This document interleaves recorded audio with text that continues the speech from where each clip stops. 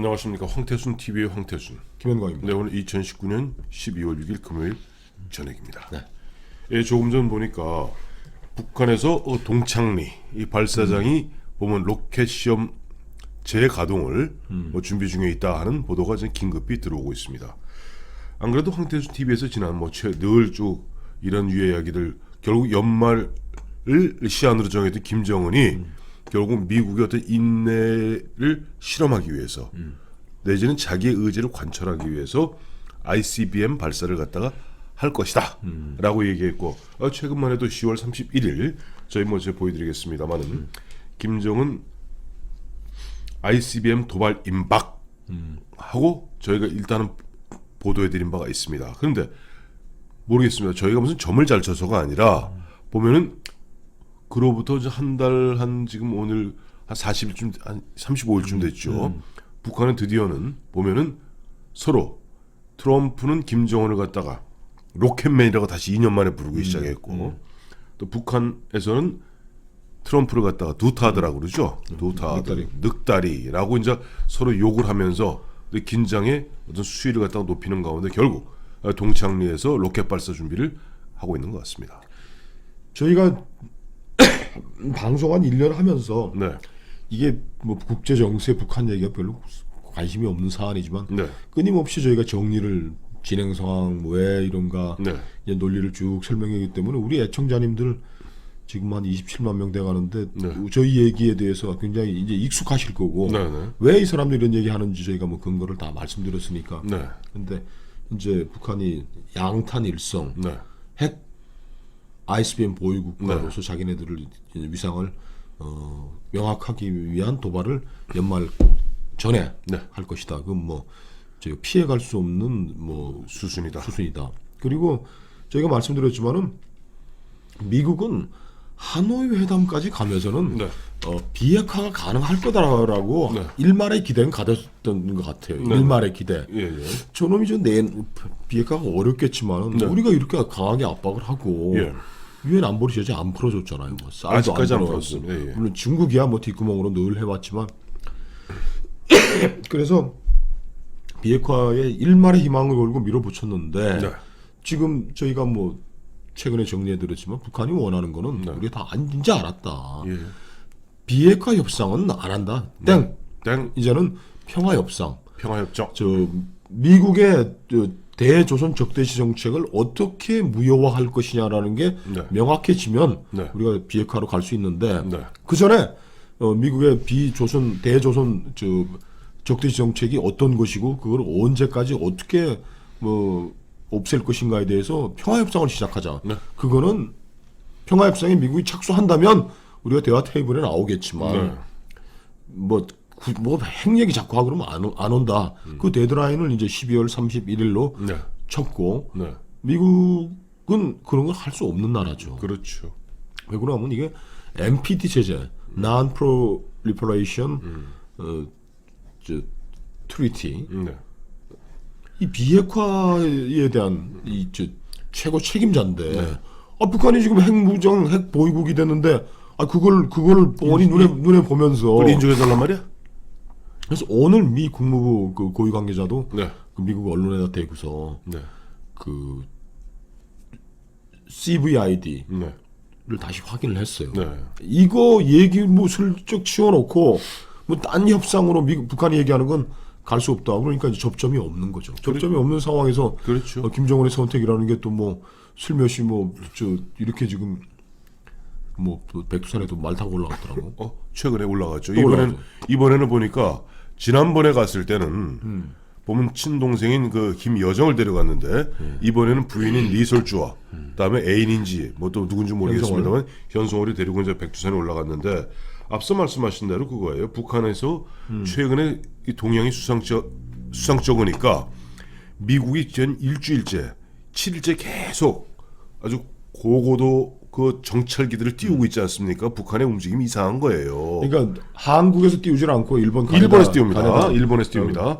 일본에서 계속 보면은 일주일째 매일 띄웁니다. 뭐 코브라 보리니 뭐니 해서 계속 띄우고 있는데 이런 거예요. 보면은 아까도 양탄 일성 말씀하셨습니다만 김정은이도 알고 트럼프는 모를 수 있습니다.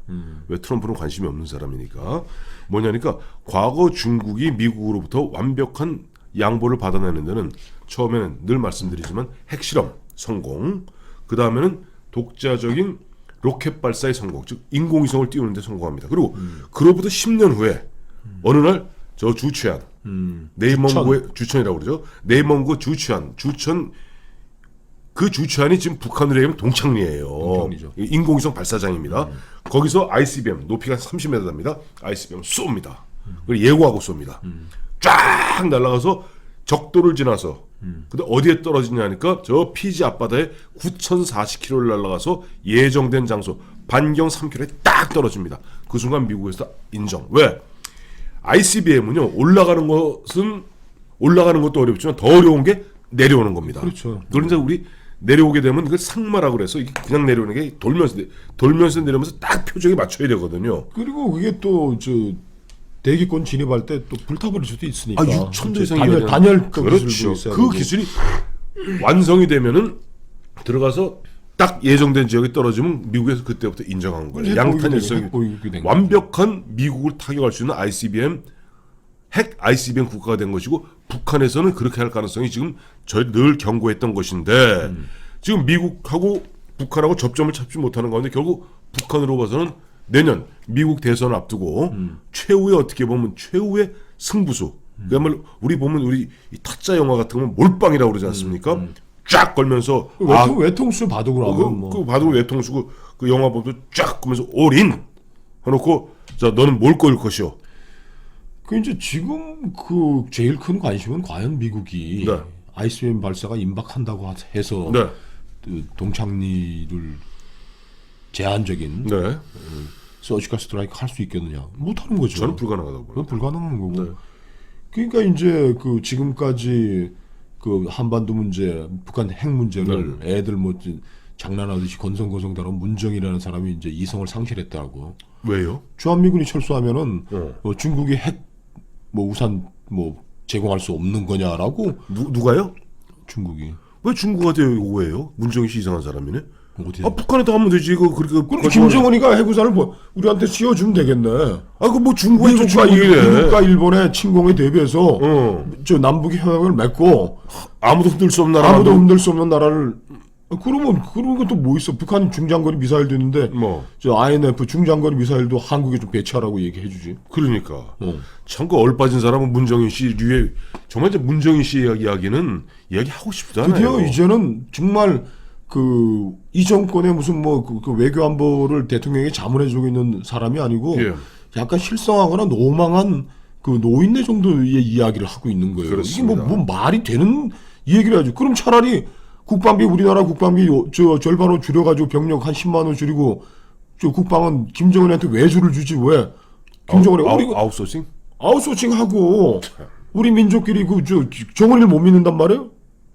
아이고 진짜 생각만 해도 저 소름이 오싹 끼치고요. 근데 저는 근데 저런 사람이 지금까지 문재인 대통령의 뭐 길을 잡고 뭐 외교안보 특보라 그래갖고서 북한하고 협상을 해왔다는 게 민족의 비극. 아유 민족의 비극 이거 그게 빨리 드러나서 그래도 대한민국의 홍복입니다. 근데 저는 그래요. 김정은이가 ICBM 이제 초읽기에 이제 접어들었고 이제 카운트다운 시작됐어요. 그러니까 미국이 저걸 저지할 수 있는 방법이 없는 거예요. 자꾸 뭐 저기 뭐 정보 자산 띄워가지고 군사위성을 들여다 본다고 저 누구야 또 저 정의영이는 뭐 북한은 뭐 ICBM 발사 능력을 뭐 그건 또 뭐 하여튼 이 둘이 하여간 뭐 노망난 늙은이처럼 얘기를 자꾸 해야 되는데 예. 봅시다. 뭐 우리가 엉터리 얘기를 한 건지 지들이 뭐 저 노망난 얘기를 했는지 아니 ICBM을 뭐 어디에 세워서 쏘든 옮겨서 쏘든 쏘면 쏘는 거지 그걸 또 무슨 뭐 발사 능력이 없다고 또 참 저것들을 뭐 그런 사람들 얘기 진짜 보면 저 날도 좀 추운데 기분 나쁘고 근데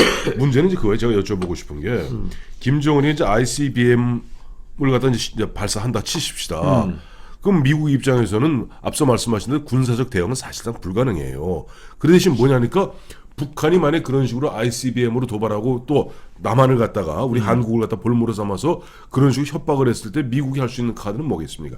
더 경제제를 꽉 옥죄는 거 아니에요? 그렇죠. 그렇게 되면 결국 김정은이는 물론 자기 하면 용은 써서 좋지만 결국 자기 명을 제쳐가는 것이 아닌가 하는 걸 여쭤보고 싶은 거예요. 그렇죠. 지금 뭐 북한이 믿는 거는 네. 이제 중국이 그 뒷배봐 주는 거. 지난 여름에 찾아와가지고 시진핑이 이제 책봉해주고 네네. 조선왕 정동 장군 김정은 이제 6월 달에. 책봉해줬으니까 예. 이제 그 뭐 중국이 보장해주는 거는 뭐 동북 삼성에 저 보따리 장사하고 네. 중국 사람들 저 원산 갈마지구 하고 저 마식령에 좀 보내주면 그거 가지고 좀 관광객. 그거 쓰라고 하는데 네. 이 근본적인 저 김정은 체제의 뭐 문제는 네. 북한 사람들이 그거에 만족하느냐? 북한 인민들이 인민들이. 더군다나 지금 뭐 그 혜택을 그나마 이제 숨통을 튀면 혜택을 조금 받고 있는 것도 그 평양 일부에 국한돼 있고 나머지 대부분 2천만 명 가까운 사람들은 지금 기하선생. 그래서 지금 WHO 뭐 이런 데서 FAO UN 기구에서 나오는 뭐 북한 사람들이 뭐 몇 프로가 네네. 뭐 결핵에 결핵에 걸렸다. 걸려 있고 뭐 몇 프로가 뭐 체중 미달, 기아 선생에 있다. 이게 진실이란 말이에요. 그렇죠. 그리고 이제 이거를 해결할 수 있는 방안은 이제 아주 이제 북한이 말하는 고난의 행군이 2020년부터는 더욱더 강화될 수밖에 없는 선택을 김정은은 하게 되는 거죠. 근데 그래서 체제가 버틸 수 있냐고. 왜냐 하니까 이런 게 있죠. 어느 순간 보면 지금 북한에도 북한 2,500만 중에서 거의 500만 가까운 사람이 비록 인터넷은 아니지만은 인트라넷을 쓰는 스마트폰을 쓰고 있습니다. 그렇죠. 그다음에 그 사이에 보면은 김정은 체제에 들어서면서 느슨해져서 중국 등을 통해서 사실상 외부에 대한 소식들을 많이 압니다. 그리고 거기도 우리의 중산층이 어느 정도 형성돼 있어요. 평양을 중심으로. 그 사람들이 과연 다시 1994년, 5년, 6년에 고난의 행군들이 25년 전으로 돌아가라 그랬을 때 그걸 감당해내겠냐 이거예요. 북한이 내부적으로 스스로 무너지는 게 아니냐는 걸 여쭤보고 싶은 거예요. 저는 그 가능성은 언제든지 있다고 저희가 네. 봐야 될 것 같아요. 네네. 김정은은 그걸 알면서도 네. 자기 정권 유지를 위해서 이제 극한적인 아버지 김일성이하고 김정일이가 간 그 길을 이제 그대로 이제 쫓아가는데 네. 내부적인 긴장, 가난, 네. 공포, 네. 저항 네. 이런 게 있는데 네. 저는 이거 최근 아프리카 수단이 이제 북한하고 비슷한 나라였어요.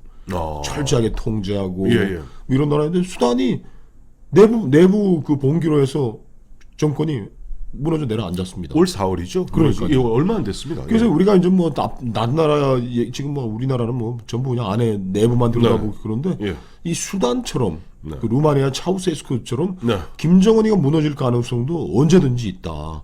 더군다나 김정은이가 이제 핵 아이스벤 보유국가로 선언하는 그 즉시 네. 김현철 대가리에서 정신 나간 사람들이 얘기하는 뭐 원산 갈마지구와 네, 네. 마식령 우리가 같이 뭐 개발을 해보자.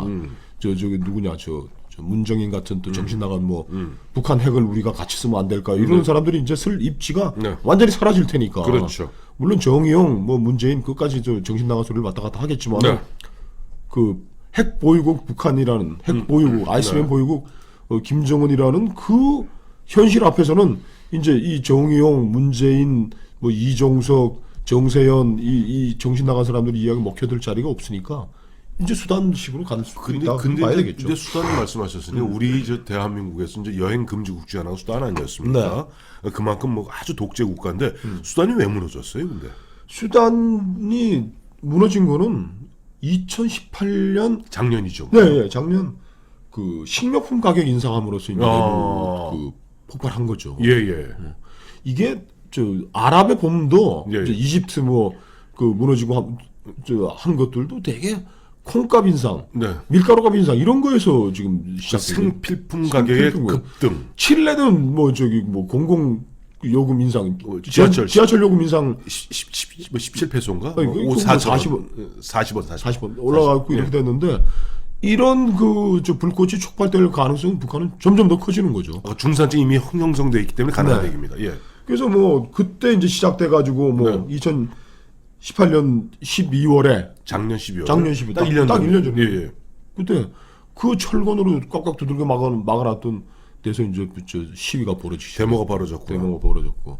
거기에 그 당 고위 간부들, 지도층, 네. 군 장성들 아이들까지 나와가지고서 못 살겠다고 하니까 군부가 이제 결국은 이제 그 독재자에게 이제 총을 겨누댄 그 거죠. 제가 보니까 이렇더라고요. 보니까 이미 수단에서도 한 80% 국민, 90% 국민들은 절대 기하선상에 있는데 20%의 중산층화돼 있는 이른바 귀족층 자제들이 그 대부분 아버지가 뭐 장군이다, 고급 장교다, 당 간부다 이런 아이들이 데모에 나섰는데 문제는 그 대통령궁 경호실 경호부대가 얘들을 쏴버린 거예요. 그러니까 아버지들이 뒤집어진 겁니다. 이게 군부가 들고 일어난 거예요, 결국은. 북한 뭐 군부도 네. 지금 뭐 김정일로서는 김정은 뭐 네. 저 중국과 이어지는 뭐 네, 네. 장성택이 네. 뭐 지 형 뭐 다 때려 죽이고 이제 지가 뭐를 다 장악한 것 같지만 네. 독재가 무너지는 건 뭐 그렇게 오랜 시간이 걸리지는 않는 거니까 2020년이 김정은 최고 해가 될 수도 있을 것 같아요. 그리고 2020년 그러니까 김정은 ICBM 초읽기에 들어갔는데 2020년은 김정은 제3날이 될 수도 있네요. 그렇죠. 좀 그렇게 생각합니다. 그렇습니다.